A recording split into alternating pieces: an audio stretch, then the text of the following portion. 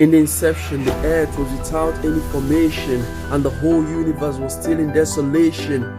Before God began the creation and made everything according to his own discretion, he built heaven and earth with a solid foundation and created man so he could take the possession. He placed him in the garden for the purpose of conservation and gave him all things for his consumption without any restriction or some terms and conditions. He was unto him a wall of protection so there won't be any means of penetration nor invasion. Man was living in perfection without any limitation, but he had divine connection. But along the line he fell into degradation after disobeying God's instructions through the devil's deception, and unfortunately he lost the accommodation and could no longer walk in dominion.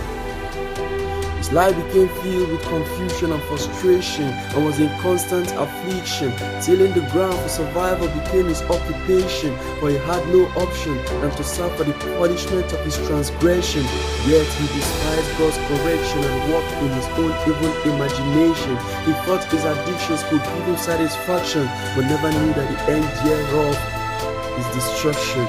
God warned him to flee fornication, masturbation, and all forms of corruption and evil communication.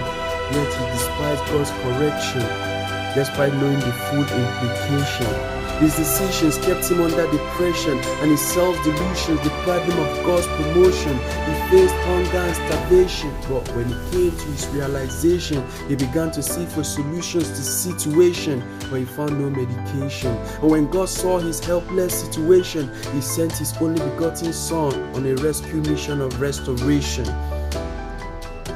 So out of free volition and not by coercion, Jesus came into the world through incarnation according to his scripture's prediction, just as Isaiah had earlier mentioned.